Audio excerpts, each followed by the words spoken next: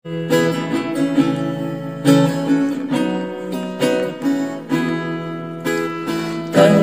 khâu ringmei aniu pantih hay Karingai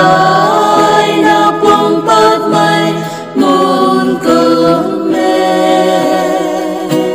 tất cần thể mipui nban Kandi khâu Mitei cùng tuang de mansei niu pantih Guang Tho Jisu khâu nang pantih gaan gai khâu Ning Malangmei gần thấy buông bù ni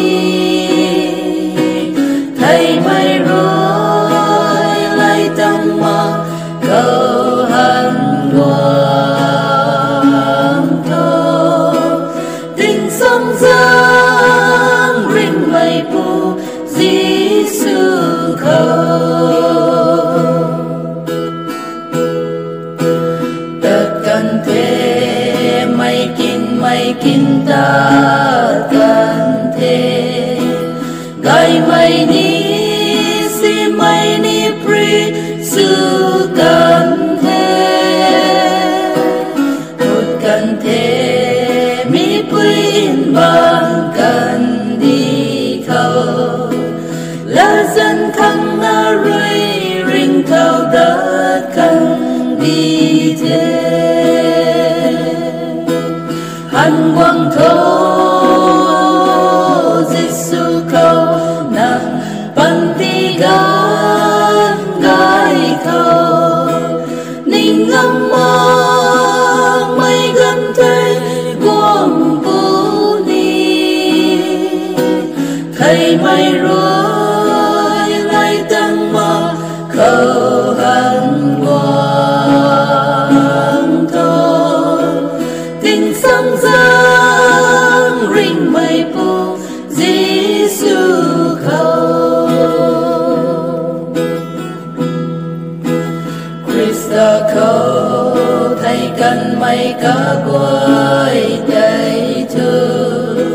này là mây đâm là sâm khăn